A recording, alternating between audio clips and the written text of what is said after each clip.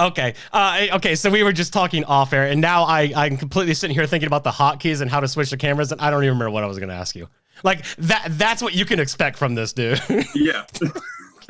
You were talking about, we were talking about how we just showed up on each other's For You pages, and you had just recently shown up on mine for the first time. Yes. And yes. I'd been on yours for a couple weeks. You've been on mine my entire time I've been on TikTok. Like I said, I thought I was following you for months. Like I don't I'm still trying to understand how all this TikTok stuff works. I don't know anything about it. So it's just, I don't know if there is a rhyme or reason to it. I think it's just organized chaos minus the organization. Yeah, you're absolutely right. But I remember what I was going to say now. It was actually, you did a video, I believe, I'm almost positive this is going to be embarrassing if it wasn't, that you did a video where you were talking about like how the stuff that you never think is going to like work and get a lot of views and stuff is always the stuff that gets a lot of views, and you couldn't be more spot on. The time I put the most work in, the stuff I put the most work in on does awful, and it's always the stuff it was a friends only video. I was like, do you guys, other content creators, do you guys notice that all the stuff you really work hard on and research, and you know, you use all these programs to make this great video footage, and all of that is nothing compared to the video that you film right before you head out to work, and that becomes like viral for no reason. So is that your schedule? What's your schedule as far as creating content? Because I know we both got like full-time jobs and stuff like that. So like, where do you find yourself recording the most often? Usually my first off day, so Tuesday today, right? I'll just record at least 3 or 4 videos, and you like most of my page is like a lot of just Marvel jokes, but it's a lot of like, I wonder what like could be happening in the future of the MCU, and sometimes it's not even Marvel stuff, but later down the road each week, as I'm sure you know, there's multiple things that come out about Marvel and either Disney Plus shows or movies. So then I've got to record something at the end of the day when I get home or before I go to work, which when you're done with work, you don't want to do anything. And when you're about to go to work, you don't want to have to do anything. So that can be tough sometimes. But I don't know. I feel like it's worked out so far. Yeah, dude, you're doing great, man. You're crushing it. How long have you been on TikTok? It's been probably since about March. So about the same time. Yeah. Well, sorry. That's as far as posting. I've been on TikTok for like, I don't know, a year now, roughly. Just kind of one of those silent browsers, just kind of peering around, like feeling your territory up a little bit. Yeah. Yep. Yeah. Exactly. Yeah. Like, what is your strategy for actually like coming up with ideas to post? Because that's where like I almost get anxiety, like looking into the future. I'm like, what am I going to even post like a month from now? Like I have no idea what I'm doing. Same here. Cause I'm thinking like, okay, 2021 has been a year full of Marvel, and it's just been chock full of like content after content every week almost. 2022 probably is not going to be that way. It's going to die down a little bit.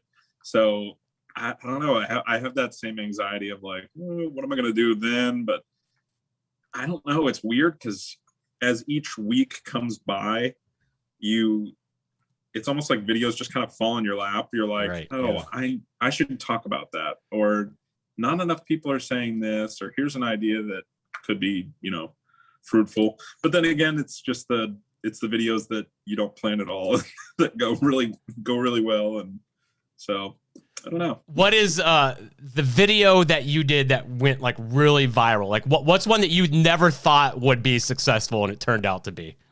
Just to give some people to go look up. This one didn't have to do with Marvel at all. There was a video that I made that I just posted because I thought it was funny, but I play a lot of Fortnite, and there was a basketball like week of challenges, and it was all themed around basketball in the NBA. And that same week, Fortnite is trying to further along its own story outside of its intellectual property, campaign with the NBA. So it's furthering its own story over here while the NBA stuff is going on at the same time. And in its own story, they had a crashed helicopter. And I talked about how probably not great timing because within the last year we lost Kobe and his daughter to a helicopter crash. Ooh.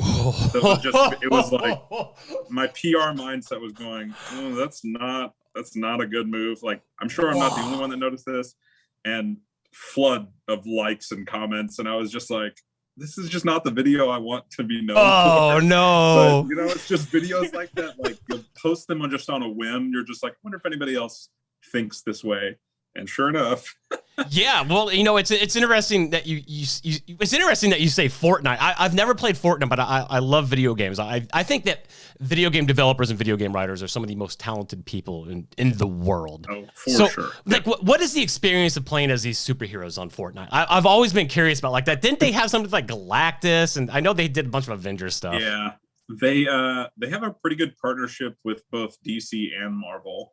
That's impressive. Marvel had its own season, which seasons are just roughly around 10 weeks of challenges, and you can unlock different cosmetics and things like that. But with DC, it's been more sporadic, just here and there every now and then. But with Marvel, really with both of them, it's just cosmetics, so it's not you don't get the powers of Venom or of Captain Marvel or anything, but in all of their little clips that are within the story, which is not really a story, but a story for Battle Royale.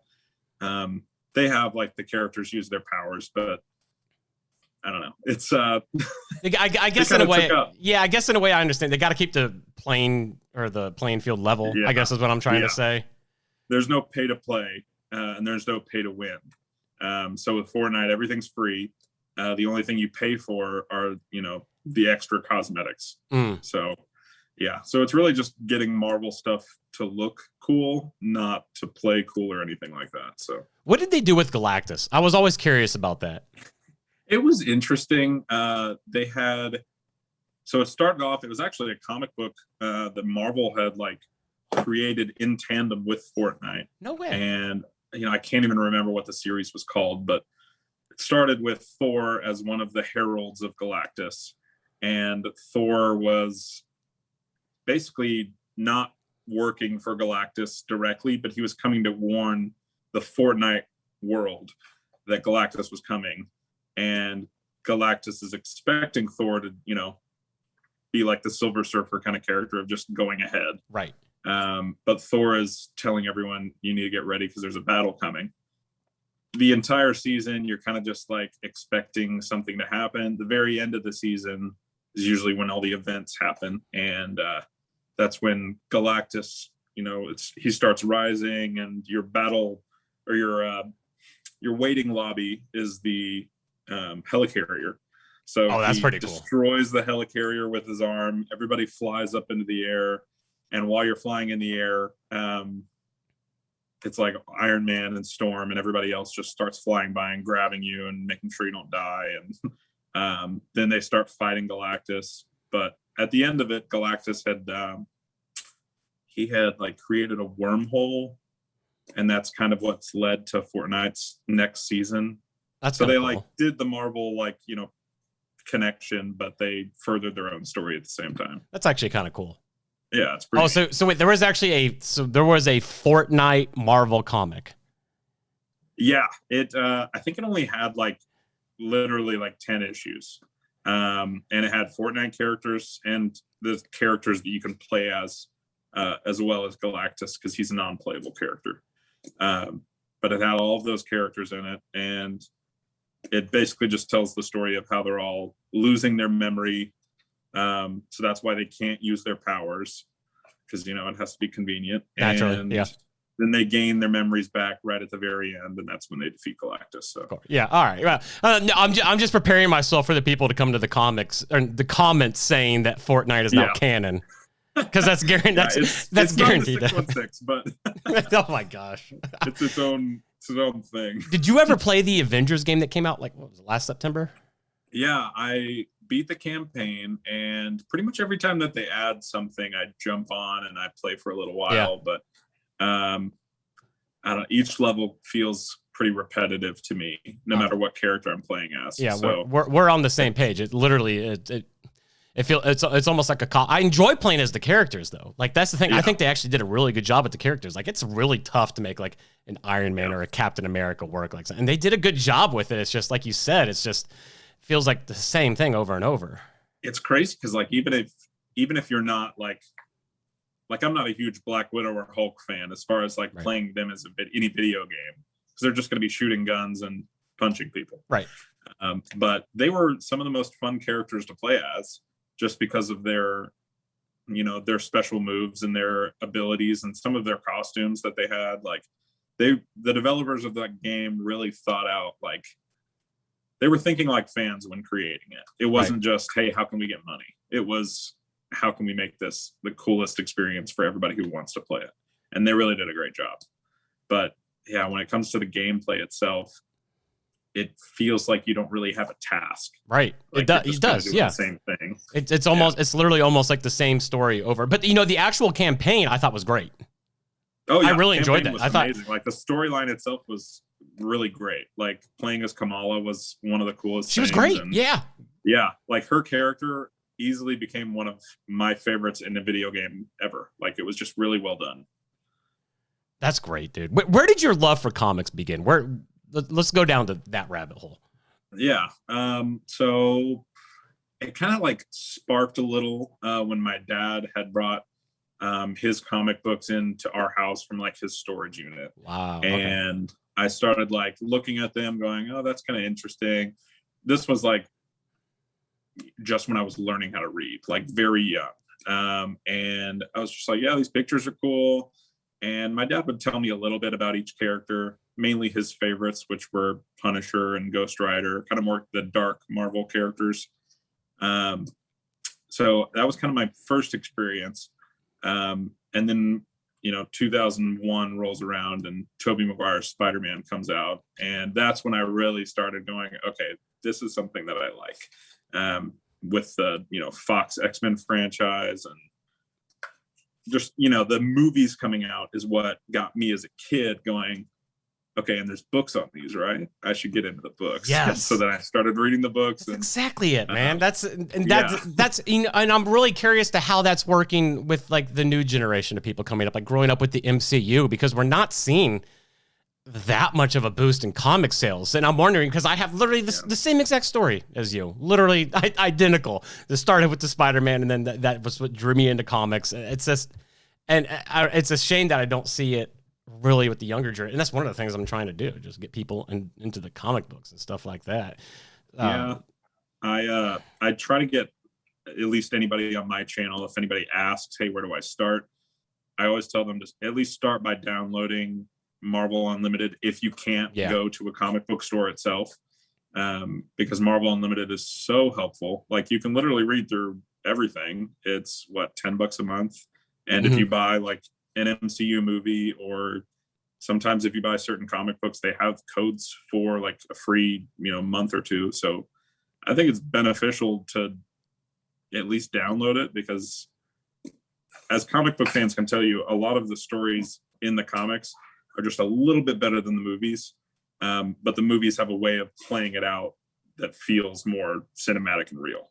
Yeah, you're absolutely right there. And I actually talked about this on the last podcast I did. Do you think that, because I'm kind of in the opinion that they have to for the sake of the story, do you think that they nerf characters in movies? I think they do.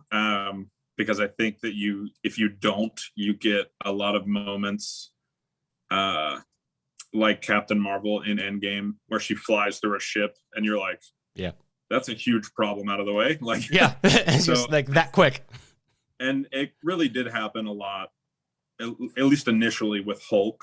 I think a lot of people could see that character was getting nerfed a little bit. And, continuing down the line, you start to see other characters get nerfed. But then there are moments where Captain America survives an 80-foot fall, and you're like, okay, well, all right, he can withstand some more than we thought he could. But yeah, I think they have to nerf characters in order for it to feel realistic in a weird way, because it's not realistic, but it has to feel somewhat rooted. Exactly. And I think people confuse the fact that a comic book, takes you 10, 15 minutes to read through?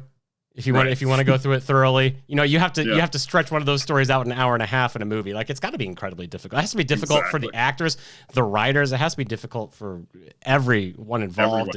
And then on top of that, it's like you said, you can't really even show their full potential because of budgetary restraints at that point. Right. So you're very limited to what you can do.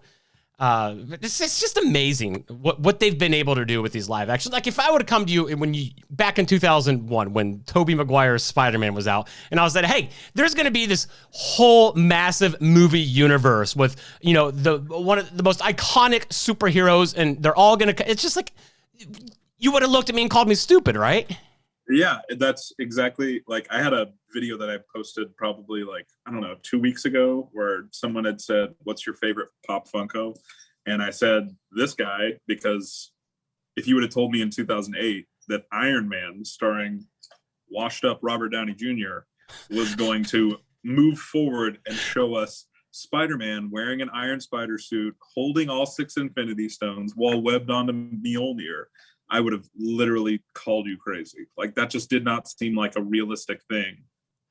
Even 5 years ago, like, it was just like, like, that doesn't seem real. But back in 2008, like, really even 2001, like you said, no one would have thought that these movies would be where they are.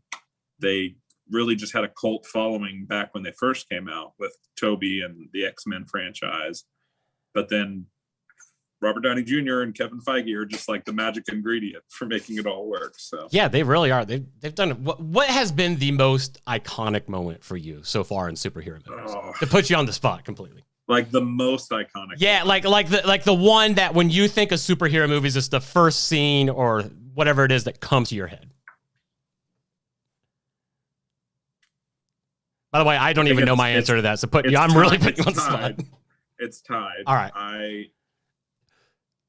I really, Endgame is just one of my favorites, as everyone else is, in love with it. If you don't love it, like, you probably skipped a movie or two, but the two tied scenes, pretty similar or close to each other.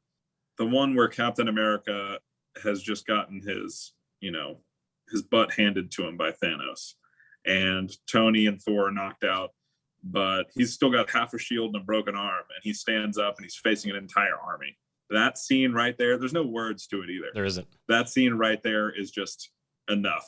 Like, that I feel like is the pinnacle of what at least a Captain America fan like myself was waiting for, of just like, yeah, he's going to stand up whenever odds seem rough, but he's standing up when odds seem impossible. And then the second moment is the portal scene where everybody just comes through. Oh my gosh. Because, I mean, from the moment of picking up like the Secret Wars comics and even the Civil War comics, seeing all of your favorite characters all standing 2 feet from each other, and each having like their own storyline that's led them to this moment, like that, super cool just to see chills on screen. Literal chills. Literal chills. Yeah. Like, I'm almost I'm getting chills right now just like talking about that, because it's so amazing. Like, over the course of 20 movies, like, they took 20 movies to build up just that portal moment. Yeah. 20 movies. They could have done it in 4 and people would have hated it. Yeah, but absolutely. They took their time. They were patient with it. And they really, like, I don't even think they were planning it back in 2008, at least not to have that scope. But they decided somewhere along the path of, wait, we could probably do this, and it's going to cost money, but I think we'll get some money in return. And sure enough, like, it turned out to be super profitable. I mean, people loved that scene, like, screaming, cheering, crying, like, everybody loved it. Yeah, to be completely honest, I still to this day, like, whenever it comes up on TikTok or whatever it is, or the movie theater reactions to that, oh my gosh. Oh, I have to watch the whole thing. Absolutely. Absolutely, I do. I can't even tell you how many times I've gone and watched those movie theater reactions, because just to feel the other people's excitement. You know what? I think especially after last year too. After 2020, when we when we literally could not have that experience. I think now going back and watching that, it just adds a whole other element. But you're right about that Captain America moment too.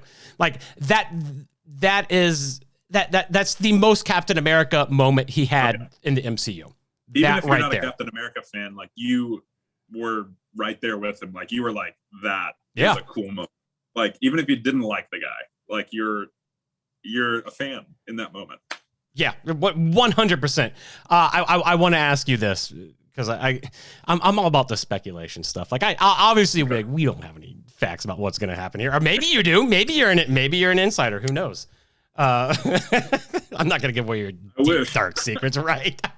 It'd make your life a lot easier if you were, wouldn't it? Okay, so let me set up the scenario for you. Kevin Feige calls you on the phone and he's like, hey, dude, we have no plans for how we're going to put the X-Men into the MCU. You are now in charge of it. Go for it. Whatever you say goes. How do you approach that? One, why did you just decide that you have no plans? Because people have been wanting this for years, and now that it's finally a possibility, and most people know this if they follow me, or if you don't follow me, you'll probably figure it out. But one of my biggest theories, and I will stick to it until the end of time, is that Ralph Bohner is Quicksilver. Oh yeah. Okay. I really do think he is. There were a lot of unanswered questions with WandaVision, obviously because of rewrites, but I think that there was some confusion there, and it wasn't a hit or miss joke. It was kind of just like, that's kind of weird. People were mad at it because it was, a boner joke, but I mean, people also expected there to be some sort of tie-in, because why would they cast someone who's already been, that just wouldn't make sense. It didn't make any sense. Yeah. It was just weird. It was like you said, it was just really weird and out of character for Marvel. Yeah. And a lot of people started expecting, okay, well, in the next couple of series, whether it's Hawkeye, Loki, Eternals, whatever it is, in between then and Doctor Strange 2, or even Spider-Man 3, people expected there to be some sort of multiverse being opened. Yeah. And that alone was enough to fuel, well, then couldn't that be Quicksilver? Because maybe the multiverse, it opened here in time, but the timeline was branching everywhere. And as we saw in Loki, it did branch everywhere. So really, that could be Quicksilver from the X-Men franchise. And there are arguments against it for sure, but there's no definitive proof that it's not. And that's what people are kind of hoping for, because Evan Peters as Quicksilver is one of the best parts about the X-Men franchise, because he was just so, like, every bit of it was funny. Like, he just had the audience at the edge of their seats laughing and wanting more. So my thoughts of bringing the X-Men in are, you can take Evan Peters if they're going to go that route. But if they do start with an X-Men film, I think, having something in a end credit scene just to tease it, but I mean minimal teasing. Like someone saying the words "Children of the Atom" or "mutant," but that would be it. And then the movie, which I think Kevin Feige had already announced, it's going to be called Mutants. Mm-hmm. That should start with a little bit of backplay, like saying, back in the 60s, these people started to emerge, and they were immediately shunned, like, by society. And then from the 60s, you could almost do a Carol Danvers kind of story with the MCU, of just have them in hiding until it becomes necessary that they come out of hiding. That would be the only way I could see it play out, unless they're just going to pull them in from another universe because the multiverse is opened. And they left it open where they could literally pick and choose, like if they want to take Evan Peters from that multiverse and then go get, Professor X from that universe. Okay, so I guess that leads me to the question then. Let's set the bar at a 50% chance. Over 50% or under 50% that we see Hugh Jackman return as Wolverine? I gotta say at least a 75% chance. At this point, yeah. Yeah, I'm I mean, so glad I you really said that. So glad. I really think that it'll be a quick cameo. I don't think it'll be a full-on thing.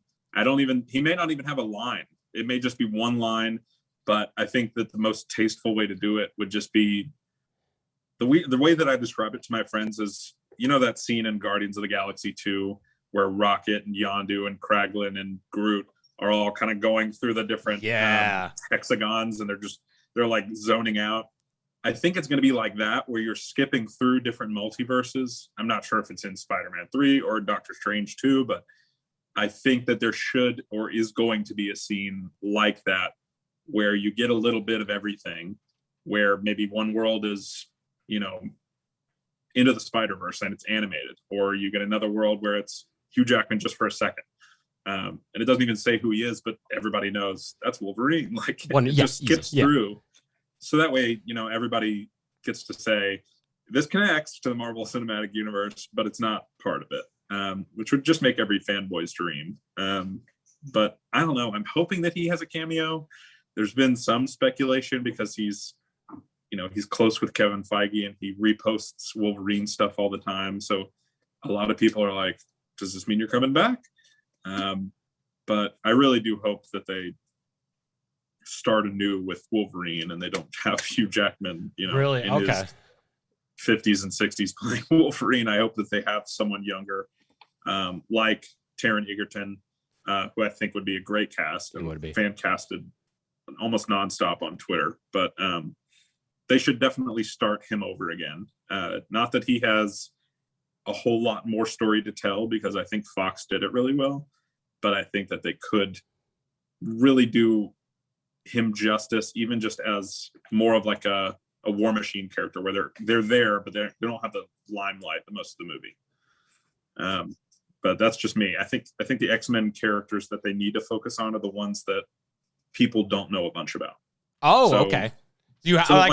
So if you and sorry to interrupt, if you had to pick an X-Men character that maybe Fox didn't focus on that you'd like to see Marvel focus on, who would you go with?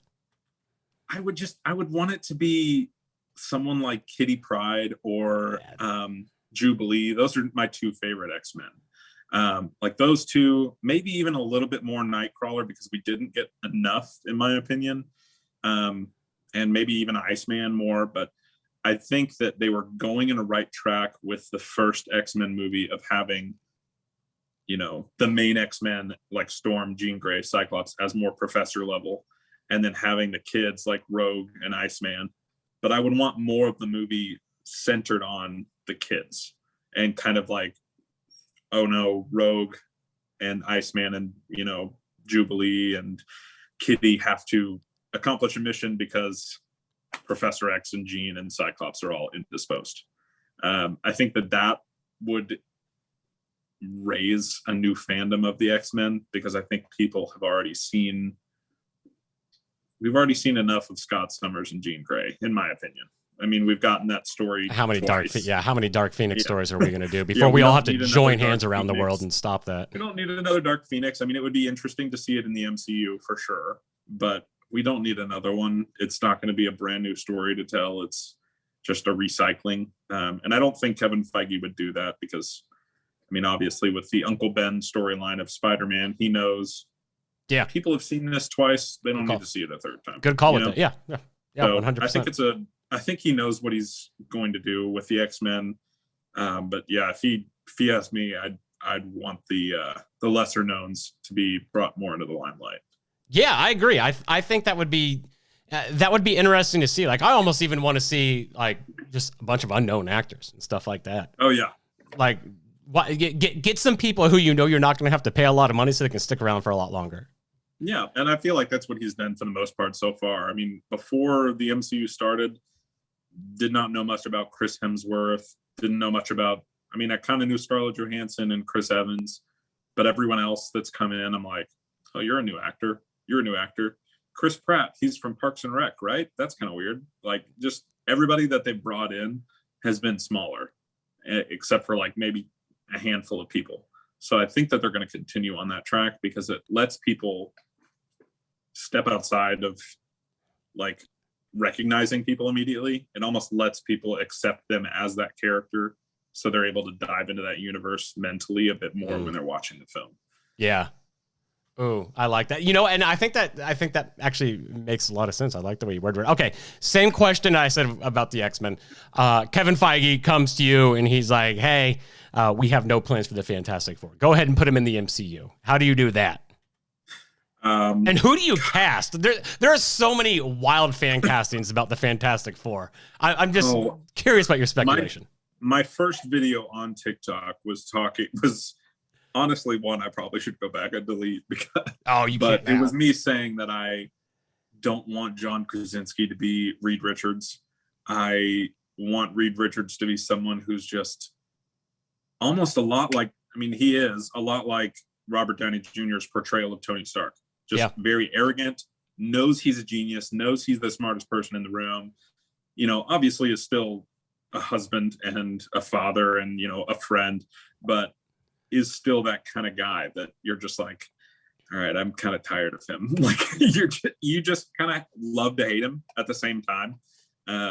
So it's a tough thing for John Krasinski to pull off, because I feel like most people see John Krasinski as The Quiet Place or The Office, and they already love him because he's that father figure. He's the Pam's husband, and like people love him. So him being in that role, I just think would redefine Reed Richards and make it not Reed Richards. He would look the part for sure, but I don't know. I'm not a huge fan of that casting. But as far as other people I would cast, I don't know the actor's name, but if you've watched The Good Place, the actor that plays Chidi, gosh, I wish I knew his name. I feel like he would be perfect. Outside of that, I've seen other people say that Kristen Bell should be the Invisible Woman, and I've seen other people say that what's her name? Emily, John Krasinski's wife. Emily Blunt? Emily Blunt. Yeah, okay. They've said that she should be Invisible Woman, and I just don't like. I don't know. I don't know if they're saying that she should be because they're already married, and that would be just their cast. I think that she would be able to pull off that role and do it well, but the one person that I have the hardest time casting in my own head is Ben Grimm. Oh, okay. I think. Yes, it happened. We talked about it, and it definitely happened. Ben Grimm, I think, is just an enigma to me as far as casting.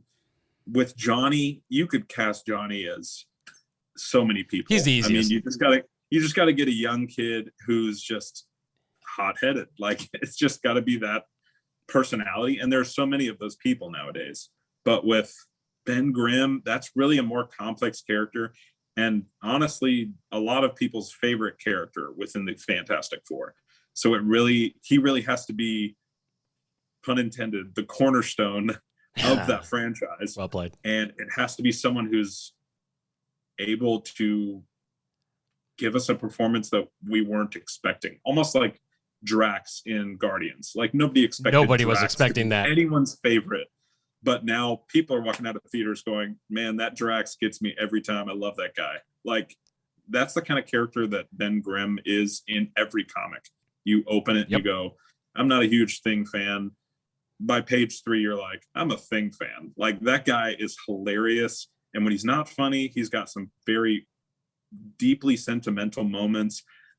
Just talking about his past with Yancey Street Gang, like every part of his character is just phenomenal. So casting him, I'm glad I'm not in charge of that, because that just seems like it's going to be such a hard thing to do. Have you heard the latest rumor about his casting? Well, I think first of all, the latest, and by the way, this is all Reddit. Yeah, take that for what it's worth. 100% true, could be 100% wrong. 100%. Yeah, you're absolutely right. But I know they had the Sue, Johnny, and Reed. They were unknown. Well, they weren't unknown, but they were very, very much lesser known. But the one they had for Ben Grimm was one that I'd never thought about before, and I actually kind of like it the more I think about it. I'm gonna cut the camera over to you to get your reaction here. Okay. Jeffrey Dean Morgan.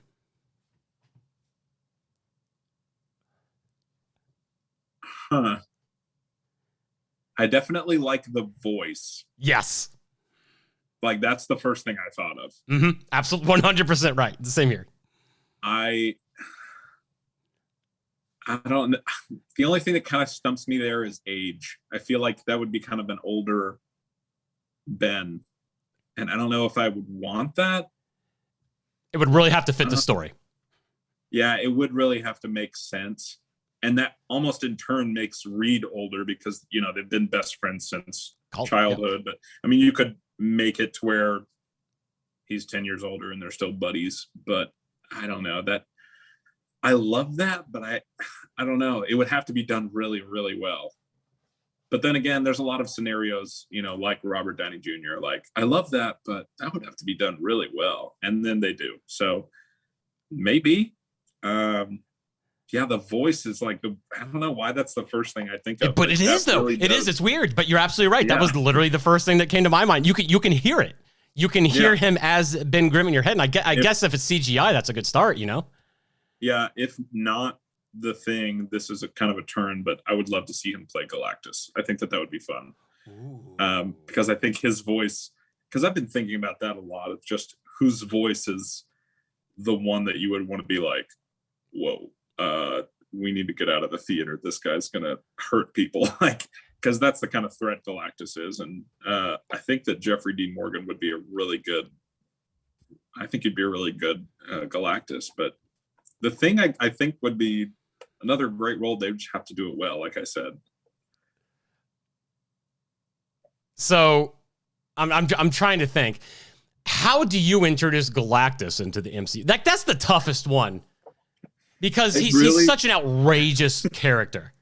They really, like, the only thing I can think of in this point in time is it could be something small, kind of like how the Eternals were something small in, or I guess it was the Celestials back then, in Guardians. And then it slowly grew into this, Celestials are bigger than we thought they were with Ego, and then now I'm sure Eternals we'll talk about the Celestials even more. So I think it should be something small planted in the Eternals of Galactus, like just a throwaway thing. But then once the Fantastic Four come along, then it starts picking up traction of just there's something bigger out there that we know of that not many other people know of. And almost like that scene in Age of Ultron where Thor is like, these are the Infinity Stones, kind of like alluding to what's coming in the future. Right. But everybody at that point's like, okay, Ultron though.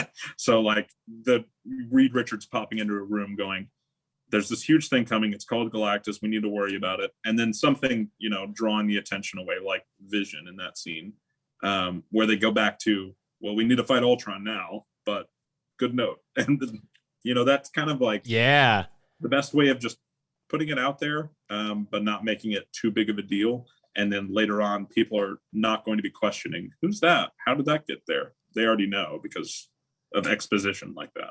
Yeah, but it's also a smart play because then you don't have to commit to it. Right. Because it can easily just be like, oh, that was just a nod to the comic book. Like, that's the only argument they have to make if they decide to go different. Richards says it to all of the Avengers, it could just be something that the Fantastic Four deal with alone. Yeah. Or it could be something that everyone deals with. You know, it can be something that really is just like, here's the seed, we're planting it, but we don't know what we're going to do with it yet. Yeah. So speaking of big bads, how do you think they're handling Kang? Kang's one of my favorite. Kang's definitely my favorite Marvel villain, and the fact that we're getting a multiverse version, it's absolutely wild to me because I figured that even 5 years ago, if you would have come and said, yeah, they're going to do Kang, but they're going to have 100 different versions of Kang. Like, it would have been, I would have said you were crazy. It doesn't make, it's like, there's no way they can pull that off. And here we are, man. What are your thoughts? I'm really curious to see what they do as well, because obviously the last episode of Loki was very heavily like Immortus, even though they call him He Who Remains, it was kind of a mesh of the two. So we can kind of see he's kind of like a martyr, but also still kind of a bad guy in a way of just like, I'm kind of having to deal with all of the multiversal ramifications of the last time there was a multiversal war. So you don't blame him as Immortus, but you're definitely not going to like, his variants. As he said in the episode, he's like, if you think I'm a big deal, you're going to hate my variants. And sure enough, I'm sure that in Ant-Man and the Wasp 2 or 3, however you want to look at it, Quantumania, whenever that Kang comes in, I'm almost hoping that it's another herald saying there's another one of me coming and he's even worse than I am. Ooh.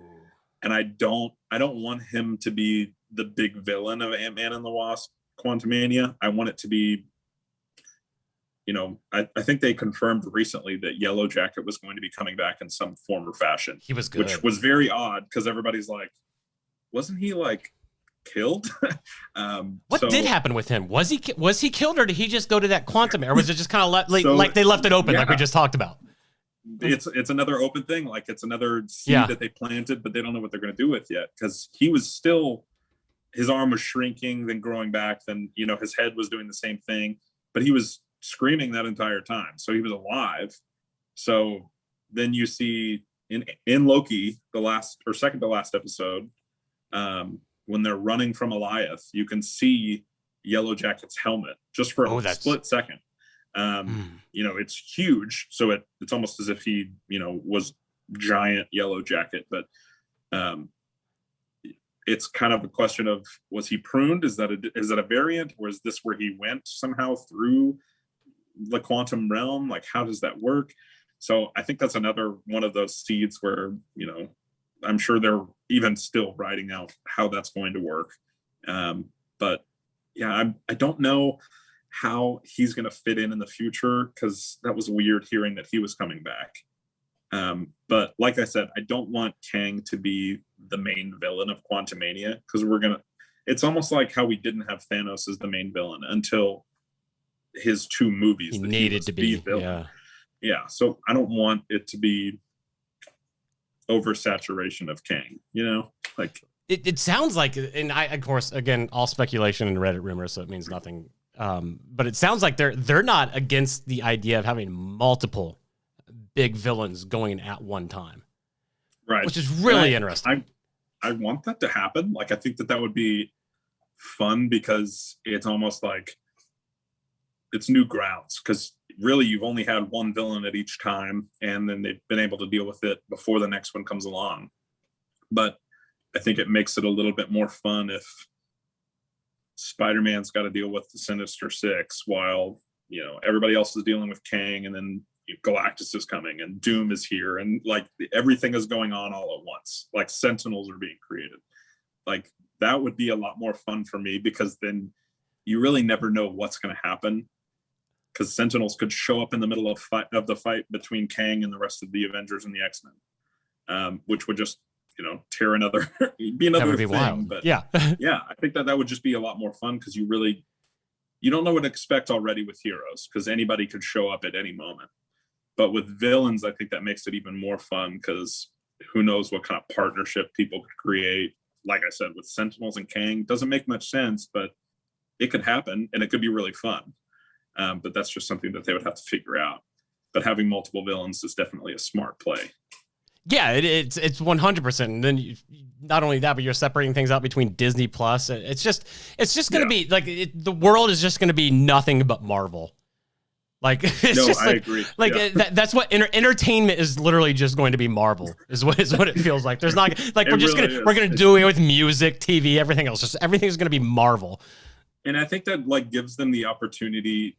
Maybe this is what they're doing with Quantumania, I don't know, but having the 3 different versions of Kang as altogether the big bad. It's not just Kang the Conqueror. It's Kang the Conqueror and Immortus and Ramatut, like all at the same time. Like that would be really cool.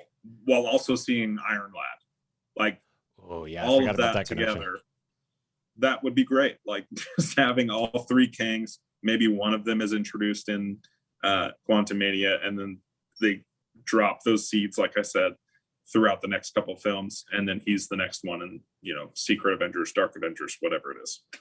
Ooh, yeah, I'm looking forward to because are they going the direction of Thunderbolts, or are they going Dark Avengers? Like there's something building up there. I think they're definitely going Dark Avengers, because if you look at it, they're very strategically showing you characters that are the exact replicas of the original six. Like Yeah. you're getting US Agent, who's, the darker version of Captain America. Then you're getting Yelena, who's, basically just another Black Widow, but also being, teamed up with Valentina. Yeah. And then you've got the question of, who's Hawkeye, who's Hulk, and who's Thor and Iron Man. Well, you have Abomination being shown in the Shang-Chi trailers. Craziness, by the way. Pure craziness. You also have General Ross, who just talked about in 2 movies now his triple bypass surgery that he's had, his second triple bypass surgery. So you're kind of questioning, like, what's going on with his health? Why are they mentioning that twice now? Like, is he experimenting on himself? Is he maybe becoming the Red Hulk? Which would be kind of a weird call with him, being such an older actor, but it would be really cool just to see him as the Hulk character. As far as Thor, I don't know who they're going to bring in for Thor. That honestly is an enigma to me. But Thor and Iron Man are really the only 2 that I'm questioning. I think that Hawkeye could end up leading the Dark Avengers. It would be a weird twist, but I think kind of his past now with him being Ronin and kind of seeing that darker side of him, I think it makes sense for him to be. You're the first person I've heard talk about this theory, and I love it. Yeah, I do, because it oddly makes sense, especially when you go back and you look at his 5 years between Infinity War and Endgame. He still has that built up guilt. So almost like Suicide Squadish. A little bit, yeah, like not like a feel, but not exactly. Oh, no, yeah, I get. Yeah, it definitely feels like that. I feel like he's the only one that really could fit that role, because I don't want Kate Bishop to be tangled in all that, because Kate Bishop's one of my favorites. I really hope that she just sticks with the Young Avengers or her own solo thing. But he fits the role perfectly of Hawkeye in the Dark Avengers. But I really do hope that my dream in my head, and you're the first person I'm telling this. Oh, I'm excited. My dream in my head is you finally get US Agent, Yelena Belova, Abomination or Red Hulk, whoever Thor and Iron Man are, and then Hawkeye. And you have that exact same iconic scene from the first Avengers where they're all back to back doing this. Oh, yes. But it's the Dark Avengers, and you're just like, it's more of like a funny but also really cool moment. But you're like, they're just mocking the first Avengers. But at the same time, like, you're like, wow, he's Hulk, he's Thor, he's Iron Man, that's Black Widow. And you're seeing the parallelism, but from a darker side of Marvel. I really hope that we get a scene like that. I'm going to be disappointed if we don't now. But just by seeing US Agent and Yelena, it's so clear that those 2 characters are tied to Black Widow and Captain America so closely that it would only make sense for them to do it with the other 4. And seeing Abomination come up again after already having the thought of it makes sense for them to do it with the other 4 made perfect sense. I was like, all right, then just put Abomination in the Dark Avengers, or call it Thunderbolts, but have the 6. But it feels more Dark Avengers to me. Yeah. Oh, man. I like that. Have you done a video? No, you didn't. You said you haven't done. I think you need to, man. I think you need to do a video on that. I love that. I love that. I'm fascinated by this idea now of Hawkeye going to the dark, because it makes so much sense. I hope they do it. I'm hoping that they don't like kill off his character in his show. I really don't want to. I feel like people who haven't read the comics really don't like Clint Barton, because he really has just been there. He hasn't done a whole lot. And his really poignant scenes have been good, but they haven't been great. Right. And I really want more of the Hawkeye that fans know and love who have read the comic books. I want people to be able to see that, because he really is a lot of people's favorite character. And it's just weird seeing him not at the full potential that he could be. So I'm really hoping that this show does a lot for his character. And I know it will, but I'm hoping that it brings people around to loving his character instead of just, yeah, he exists. Yeah, the comic book that this is kind of, I guess, more or less inspired by, Matt Fraction's run. It's one of the best. It's, in my opinion, it's one of the top 5 best comic book runs ever. Yeah, I'm going through a reread of it right now. Oh, it's so good. As soon as they dropped that, the concept art of him, or not concept art, one of the first photos on set with him and Kate Bishop, where you see the Christmas lights and you see like you could tell that it was very Matt Fraction, like, yeah, my life is a weapon, like, run, like you could see it, like just in the picture alone, you're like, this is what they're going for, and I'm really loving it. Yeah, I'm stopping myself from saying things because I'm just 100% gonna sit here and spoil it all for people. But for people who are not familiar with Hawkeye, I think you're going to be pleasantly surprised. I think this is going to be a shocker of a good series. Actually, and I could say that just because of the source material. I mean, not to mention, we already know what we're going to get from Jeremy Renner. I can't remember the girl's name playing Kate Bishop, but she's Haley Steinfeld. She's been nothing but fantastic in the Pitch Perfect movies and stuff like that. Like, it's going to be so amazing to see that play out, just to see all these amazing comic book moments play out. It's just, and because I got a feeling, do you think we get, oh my God, I'm going to completely blank on this, his alter ego that he wasn't in Endgame. Oh, Ronan. Ronan, there it is. Yes. Do you think we're going to get Ronan in this series? Dear God, Ross. I think that we'll get flashbacks, and I think that we'll get him kind of having to figure out how to deal with that now that his revenge was kind of, it wasn't even revenge, it was avenging in a weird way. But it's going to be a weird thing to see him having to deal with all of the people that he's killed because of his wife and kids were gone.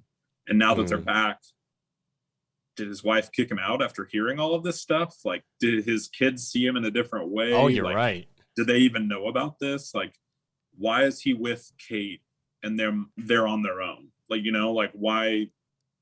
It kind of seems like they're maybe leaning in the direction of, you know, Mrs. Barton maybe kicked Clint out after hearing all of the things that he's done, and just not being able to stomach it, at least not being able to tell her kids about it and having them live with that.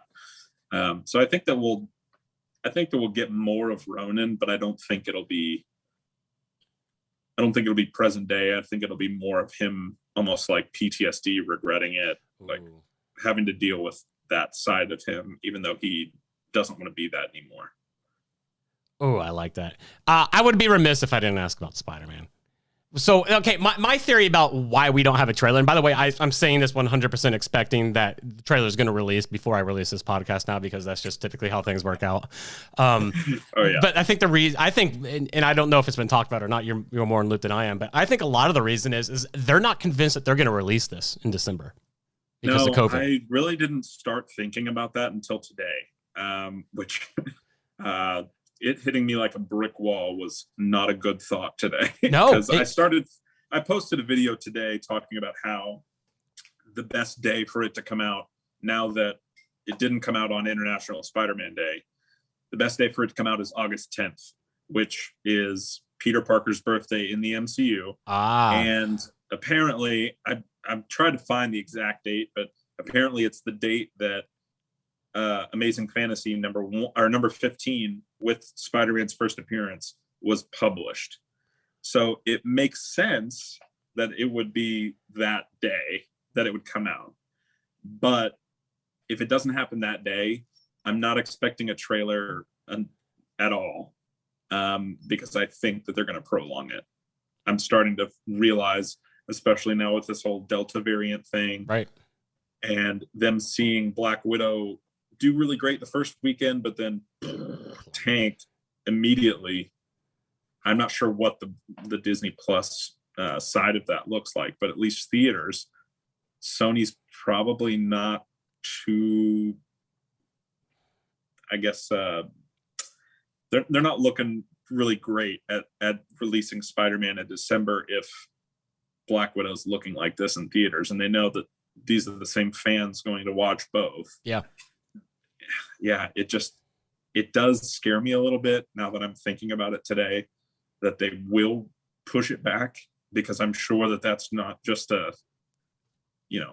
we're all sure that that's not just a Kevin Feige and Disney deciding, no, we'll release it now. It's also a whole other company telling you no. Yeah. So it's tough. And I'm hoping that doesn't push other things, because with Doctor Strange being in Spider-Man 3 and then Doctor Strange 2 coming out 2 months later, it's got to make sense. If you push one, you got to push both. You're right. Yeah. I hadn't considered that. And with that being the multiverse of madness, you really would have to push everything.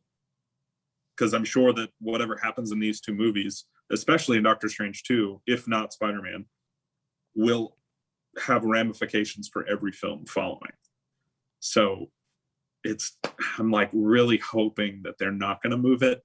I think the fact that they have seen what happened with Black Widow and now Scarlett Johansson and that whole lawsuit thing, I think that they're understanding they don't want to do the streaming platform. They're understanding that COVID may be here for a while, because we all expected when it first started it to be only like a couple months long. Right. But now we're, almost a year and a half later. So I think we're kind of just at the point where we need to release things in theaters. If you release it in a theater alone, I think it's going to go well. I think that that's what they're expecting to happen for Shang-Chi, because as far as I know, Shang-Chi is only in theaters. Yeah, so I haven't heard different either. You really I think that this is going to be huge for Marvel and Sony to look at. Obviously, it's not a Sony film, but Sony's going to be looking at it and saying, what do the numbers look like for this? Black Widow is a separate thing because it's on Disney Plus. It's got, other things behind it, like the lawsuit where people are boycotting it now on Disney Plus. But with Shang-Chi, it's in theaters alone, which Spider-Man will be as well. Yeah. So I'm hoping that fans turn out for Shang-Chi, because I think that may be what they're looking at, if not Eternals. So here's hoping. Yeah, I'm legitimately nervous about it, because this has in-game potential. This movie. I mean, listen, this is. Am I wrong? Is there any doubt in your mind that Tobey Maguire and Andrew Garfield are not in this movie? There is. I would say that there's about 10% doubt. Yeah. It's hard seeing so many people talk about how much they want Tobey and Andrew in these films, but not seeing any sort of proof for that other than Alfred Molina and Jamie Foxx and possibly Willem Dafoe and the villains, but we're not seeing anything of, are we getting the Spider-Man though? So those are big things too. So that's why I'm 90% sure that we're going to see them. But there's still 10% of me that's like, don't get your hopes up, because just because everyone on the internet said it first doesn't mean Kevin Feige has to do it. But I don't know. I'm torn because I want them to be in it, but at the same time, I hope that they're not pushing it just because the internet wanted it to happen. Right. I hope it doesn't feel forced. It has to be you're right. It has to be very natural. Yeah. Oh my God, I forgot what I was gonna even ask. Do you think that let's just pretend that they're 100% confirmed to be in it. Do you think that they move forward then, like Sony actually moves forward with actually using them in other movies, like even maybe solo movies of their own? Because now this whole multiverse thing, there's an excuse to. I don't know. I am curious to see if Sony tries to go that route, because as people have already noted on the internet, in the Mobius trailer that we got, or maybe it was in the Mobius trailer, we see a picture of Tobey Maguire's Spider-Man in the background. And people are like, is Tobey back? Is this set in Tobey's universe? Like, what does this mean?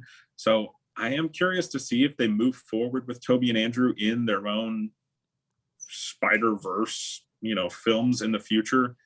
with Tom, without Tom, because they can really pull him in whenever they want. But I'm thinking that they won't, just because I know Toby and Andrew. I know that if they are in Spider-Man No Way Home, it's a big paycheck. Has to be. I know that Toby and Andrew both had a considerable amount of trauma from this role.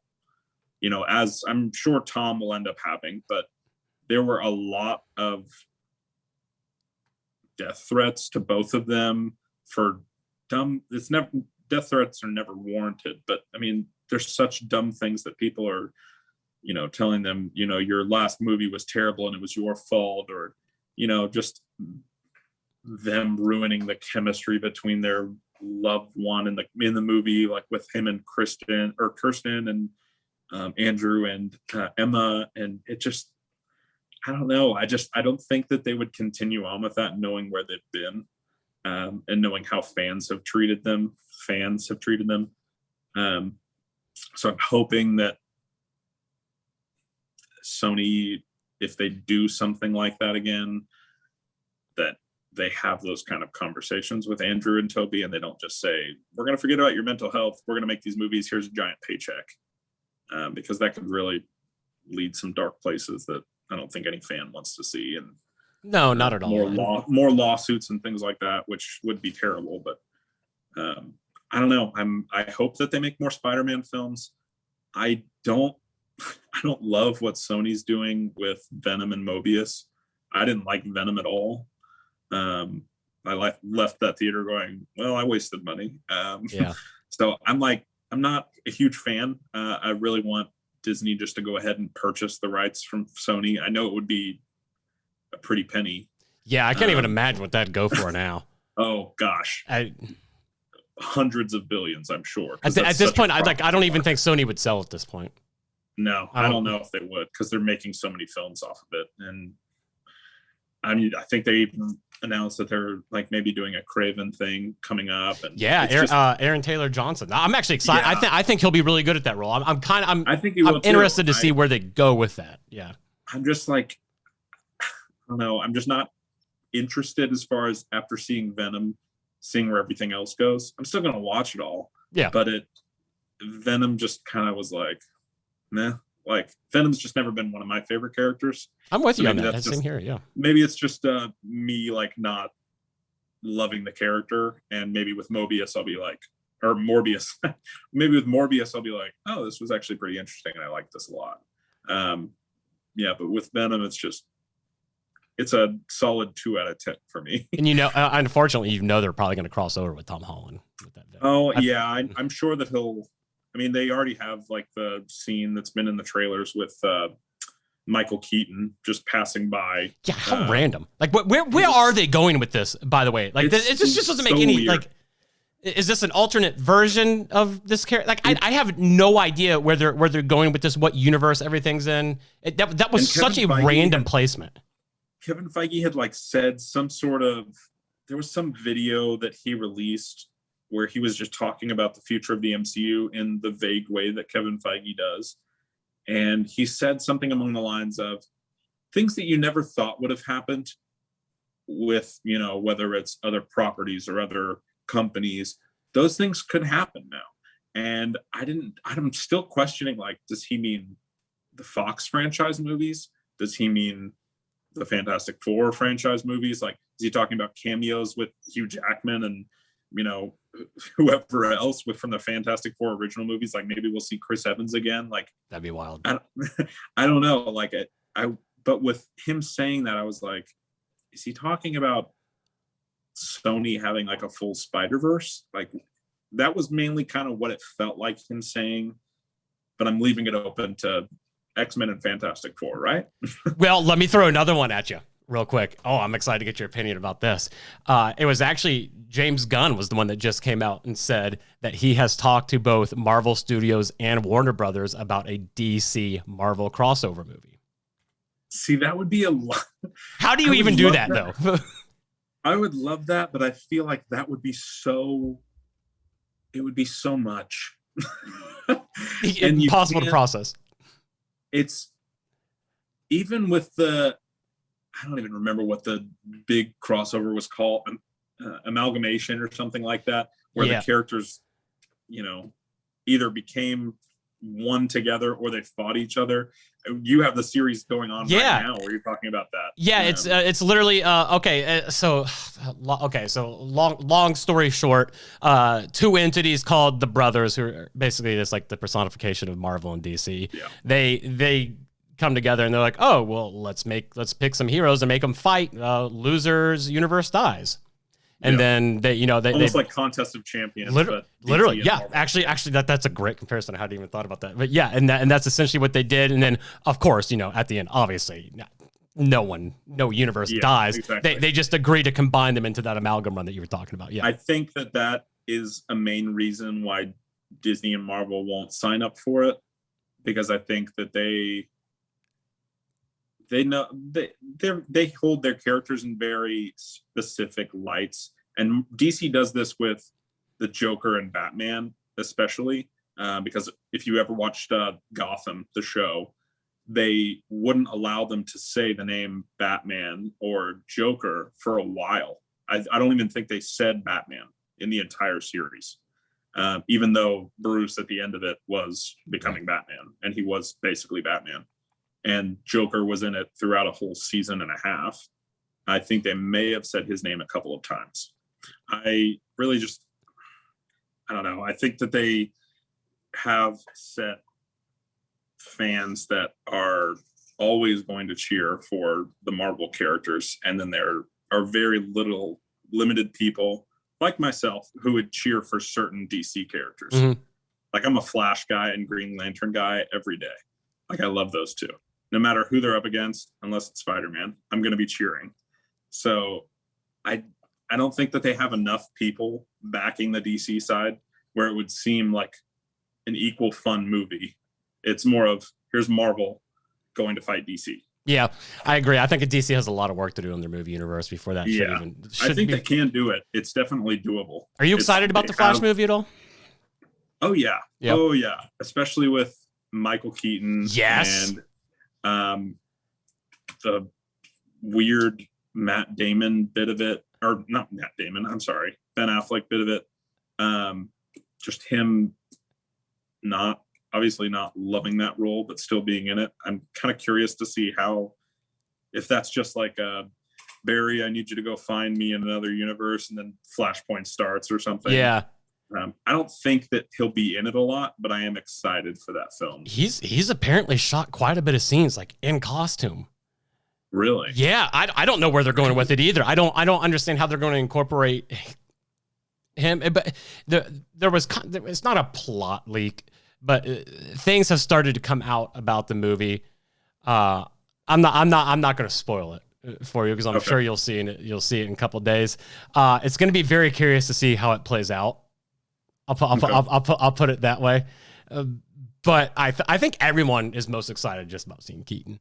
Like, was that your Batman growing up? Was it Keaton? It was really tied between Keaton and Clooney. I know a lot of people didn't like the Clooney films, but I thought that Clooney films they felt Batman to me at the time when I was a kid, and I didn't understand the whole darker side of Batman. Like, that was Batman as a kid for me. And then once I grew up, I saw more of the Keaton, and then slowly fading into Christian Bale, and now kind of what seems like is going to be the Robert Pattinson, like very like, I am the dark side of comics, like more of the I'm going to do anything besides killing people to get the answers I need, the very detective gritty side of Batman. Yeah. But it didn't start out that way, at least for me. So Keaton was a big role in phasing me through the cycles of Batman. So have you been familiar at all with these? There's apparently, and I don't even know them all off the top of my head, there's apparently like 10 unannounced Disney Plus shows coming out right now. I've heard like rumors of this happening, or at least this amount of stuff happening, because Disney Plus is booming with the Marvel stuff. Like, you can tell just on TikTok alone, people are making thousands of videos daily, and that's just thousands of videos of people that are making videos. There are even hundreds of thousands of people just watching those videos. So you know that these shows are raking in the money for Disney Plus. Oh yeah. Like the original number from whenever Disney Plus was, released 2 years ago now, was that they weren't going to see a turn of profit based on their current projection until 2025. And they already started seeing a profit in 2021. So it's clear that, I don't know if that's just Marvel or if that's also the inclusion of Bad Batch and the Star Wars franchises that they're putting on there, the season 7 of the Clone Wars. But they're definitely pulling people in. And I think that the TikTok, YouTube side of everything is pulling like thousands more people in, because there are people that just hopped on WandaVision who had never seen anything before. Like, and you can like, oh yeah, you can see them in the comments. Yeah, yeah, you can see they make themselves known. Nothing against it. I think it's great. I think it's great. But it's pulling people in, and because people want to, it's always been like this with Lost and Star Wars. Like, whenever something comes out, people want to be a part of the conversation. Yeah. So with WandaVision and these other big MCU things, fans are growing. The fandom is growing. You're not losing fans by making content. Really, I don't think they've lost anybody, especially in this past year of just back-to-back hits. But I think that they're really hitting their stride with Disney Plus. So I think that they are going to continue doing as much as they can with it, especially with the characters that people, or the stories and characters that people may not go to the movies to pay for. Right. So I think that's more of the stories than the characters, because they have Guardians and Eternals as full films that people don't know much about. Eternals was a surprise when they announced that. Yeah, that was a surprise. I was like, really? Yeah, okay. Exactly. It was kind of like I get why they were going with it. They did it with Guardians and made it work brilliantly. Perfectly. Yeah. Literally, they could not have done Guardians better if they tried. So I can see where they're going with Eternals, but there's certainly a lot of things they got to cover in Eternals to explain their existence. So I think that Moon Knight, especially with him being on Disney Plus, I think that makes more sense in my mind. With a character like that, you have to. He's such a complex character. He's got so many layers to him and his story, and that just going straight into the theaters. I'm sure that there are going to be elements where parents would not be happy if they just took their kids to go watch that. No, not Moon Knight. No. It's Moon Knight. And if you don't know much about Moon Knight, it's dark. It's dark. It's the gritty stuff. And it's like it's not going to be like Captain America or Iron Man. Like it's very Punisher-esque almost in a way. Yeah. It's, if you watch the Punisher series on Netflix, it's like, it's going to be a little bit more, it's not going to be like that, but it's going to be more leaning towards that, where you have the darker side where people actually have things going on. Like there's conflict. It's not just, hey, let me go deal with a bad guy. Like it's a whole character. Like they're a whole person. Yeah. Well, and when you're working with a character that has multiple personalities, like he does, like there's no way you can tell that story in an hour and a half, because it's just going to come off as confusing. It's going to be way too confusing. Yeah. I feel like that's, I know it's not the same as far as like, it's not DID, but I feel like that's why they haven't done it with Deadpool. I feel like that makes it a little bit too, I feel like seeing that on the big screen would have some people go, oh, that's not really appropriate, or that's not how it works. Which Deadpool, none of it's how it works. Like that's just how his character is. But how would you introduce Deadpool into the MCU? Oh, I would just throw him in. Literally, yes, exactly. My idea was literally just in whatever random movie, if they're in somewhere talking, don't even give them a line. Just have them like walk in the background, get something out of the fridge, and walk out, and that's it. Like that's his intro. Or just like if like that scene I was talking about earlier, where they're going through all the different multiverses, like almost like just changing channels. Yeah. Like everything's happening so quick. Have everything just, you're watching it all, but then in one of them just have Deadpool fall out of that one and just like, oh, I guess I'm here now. Time to rake in the cash. Thanks, Disney. Like, just I hope to. the wall immediately. Yeah, I cannot wait to see it because they have to give Ryan Reynolds pretty much creative control over it. I think Feige even said they're going to, aren't they? Like I'm pretty sure that they are. I mean, they already announced that it will continue being an R-rated film, so I feel like that means they're going to keep giving Ryan, they have to, all control. But yeah, I really hope that with these. Back to the original question, with the Disney Plus series coming out, I think that they have to continue doing things that comic book fans have been dying to see. And then things that are just fun, like What If? Like, who knows if What If is actually going to tie into everything and become part of the multiverse, or if they're just what if scenarios. Right. But that's the kind of fun stuff that, is just enjoyable to watch, and you don't have to like pinpoint all the little, things of like, how's this going to lead to this and where's this going to go? Like this is just, it's really just enjoying it for sake of enjoyment. So is the rest of the MCU, but this having now a season 2 coming out, like we're going to have so much fun with this series. Whereas you don't have to worry about the consequences of each character's action as much, or who's coming in the future. It's just more of, I'm going to sit back and just enjoy What If. Yeah. Well, what Marvel did, like literally right now, every fan theory can now be canon. Like yep. they have opened the door for literally anything that they want to be canon, they can make canon. Like even if that includes DC, it's a multiverse. Like both of them are going to multiverse. Like that's the easiest explanation in the world to how they actually cross over. Yeah. And so, that's what's great about the multiverse is that now with fan theories and everybody's comments on any video, it's brilliant. The answer is yes. Yeah, literally, you're right. You're absolutely right. Like there is no room really to argue that anymore. It's like, is that where they're going? Probably not. But did it happen? Sure. Somewhere it happened. Somewhere, sometimes, some different reality. I'm sure that is what happened. And that's the fun of it now. Is there was no predictability before, but now there's absolutely none. Zero. Well, you could have another Tony Stark fly in the next film. I hope they don't. I hope they move on to different characters, but you could do that. Like it really is that unpredictable now. No one knows what's going to happen. Every fan theory is probably way off, but it's still fun to do it. Oh yeah. And who knows?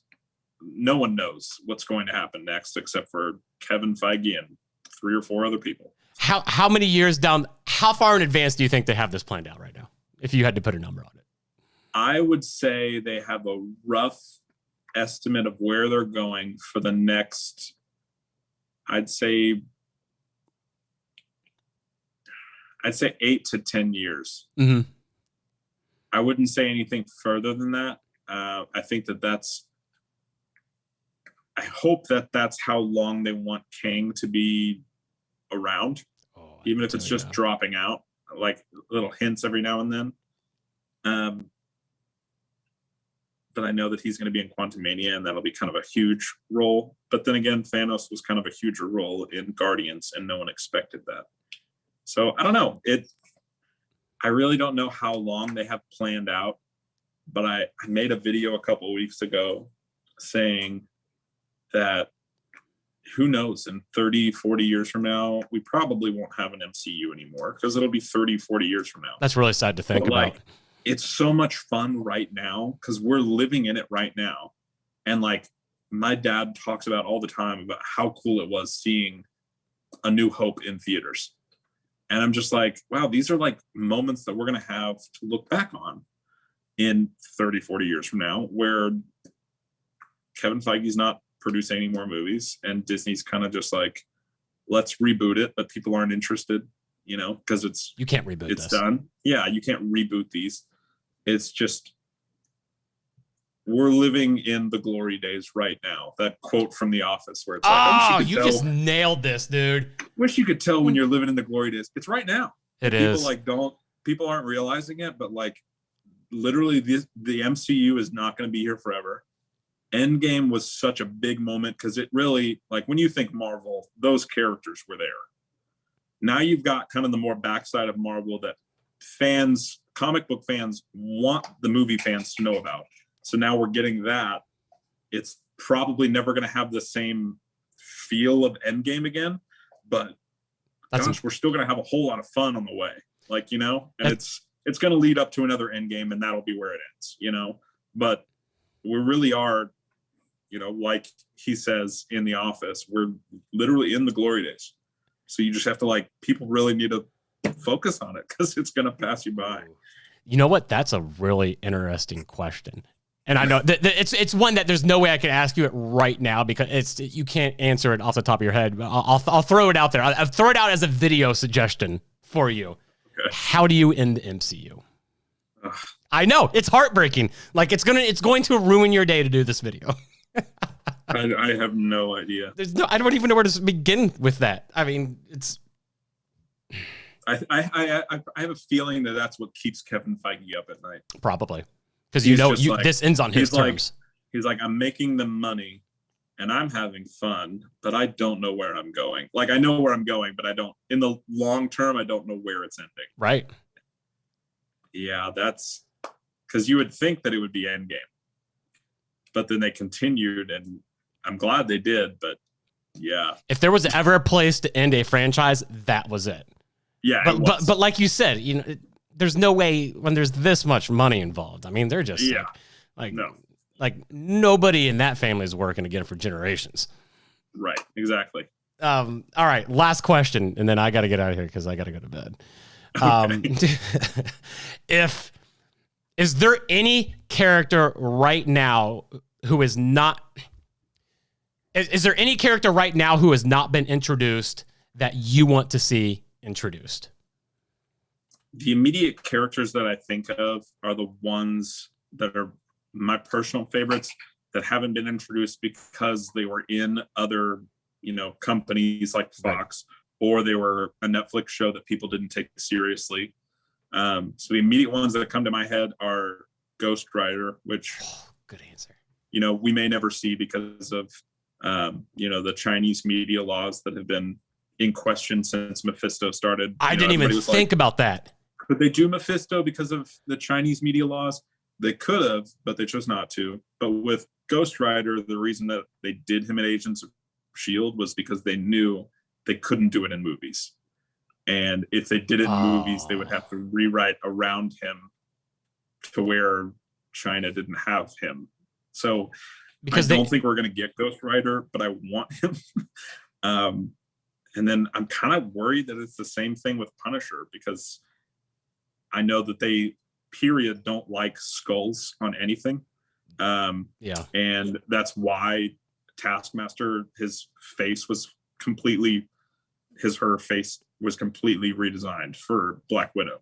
So I'm a little curious to see if Punisher will even be able to have his brand, if they ever bring him in. But Punisher and Ghost Rider are some of my favorites. I really want Luke Cage and Iron Fist to get the justice they deserve, like a full film. Even if it's just a buddy cop film with the two of them. Heroes for hire, bring it on, man. Yes, exactly. I really think that should be one of the 10 series that we were talking about. Do you bring back the Netflix cast? No. The only Netflix guys I would bring back are the ones that we know are coming. Well, are speculated to come back, which is Charlie Cox's Daredevil, which we know is coming back, and Vincent Kingpin. D'Onofrio. Vincent D'Onofrio. Yeah. He was fantastic. Being rumored and speculated to come back. Those two I really can't see anybody else play them. If there is somebody else to play them, I won't be shocked, but those two did so well.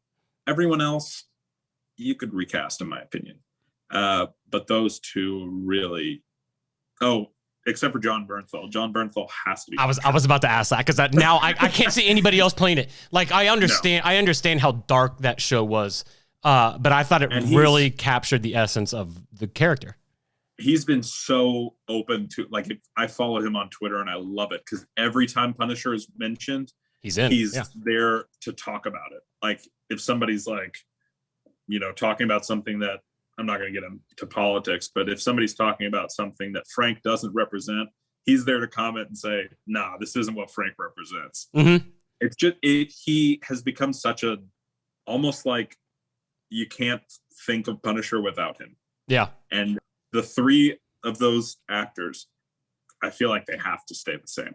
If they don't, especially with John Bernthal, I'm going to be upset because he really is so good at that role. Yeah. I'm with you on that one, man. That's a great place to end it because I'm with you. I didn't mind Kristen Ritter as Jessica Jones. I thought she was good. No, I didn't either. I thought it was an interesting cast at first because the only thing I knew her from was like 13 going on 30, which was just really random. And then I was like, this is kind of odd. But her first season, David Tennant as Kilgrave was one of the best Marvel villains live action portrayals to date. Gosh. Yeah, one of the best. Up there with Thanos in my head. I totally agree. I'm so glad you said this. So good. He was so good. And I don't think they'll ever bring back Purple Man by any means. I don't think they can at this point, yeah. If they did, I would want David Tennant, obviously. But yeah, that first season really was what sold that show because of him. Like he did such an amazing job, and Kristen Ritter really did a great job of kind of dealing with that, obviously the PTSD that came from basically being what she was to him. And that first season really was great, but the second season had high standards to live up to, and I think it just didn't do as great because of that. I agree. It's so hard to live up to that. That was such an iconic portrayal David Tennant had. He's just fitted. Like I don't even know. It was just so natural because it's rare that you can usually look at an actor and be like, oh, okay, I understand this is an actor playing a character. But like when you watch David Tennant, you're like, oh, that's Purple Man. Like that's 100% who this villain is. He just it's the same way with John Bernthal too. He's the same type. And I really do like how they, except for maybe Punisher, I think that was felt a little forced, but with those Netflix series, with Luke being introduced in Jessica Jones, and you kind of get little aspects of, I think it was Jessica, maybe it was Luke in the first season of Daredevil, at least them talking about them. Yeah. Like those little sprinkles was really what made them feel connected and really good together and really built up those characters to make you want to watch those future seasons. Yeah. Because I don't think a lot of people would have watched a Luke Cage show if it just was there. It didn't have like seeds of, oh yeah, he kind of helped her against Purple Man for like an episode or two. And then now you see like, oh, he has his own story, his own thing going on. Yeah. I really think that they did that well. And I think they can do that in the future with the MCU, but they really need to do it well with these lower grounded characters like Luke and Danny Rand and the Punisher, who aren't shooting repulsors from their hands or throwing vibranium discs. We've got guns, and then we've got somebody who came from Shaolao. Like it's more rooted in the real than the sci-fi almost. I totally feel you, man. Dude, I really appreciate you coming on here. Oh, yeah. This was so much fun, man. This was so much fun. Yeah. Like I said, I love getting to know everybody. And I'm definitely going to be sharing you out and sharing your channel and everything like that. So well, thank you. I hope, how far are you from 100K? You can't be that far. Last time I checked, I'm at like 87 or 88,000. Oh, which is still just, it's stupid. Dude, well, you're only 3 weeks behind me, man. Like I was only there like 3 weeks ago. It was so weird because I just posted maybe 2 weeks ago. I made it to 50,000. And then 2 weeks later, I'm now at 88. And I'm like, and it's going to keep going. Well, it's going to keep going, man, because you're consistent. You consistently put out content and stuff like that. Like it's a grind. Like this stuff is absolutely a grind, and it takes up so much space in your head. A second job. It really is. It really is. And I know the creator fund's not paying anybody anything. Oh, no. Can't post this clip on TikTok. That's for sure. But I'll leave it on the podcast. That's funny. All right, man. I appreciate you. Let's do this again soon. Yeah, I definitely agree. I loved this. This was so much fun. All right, man.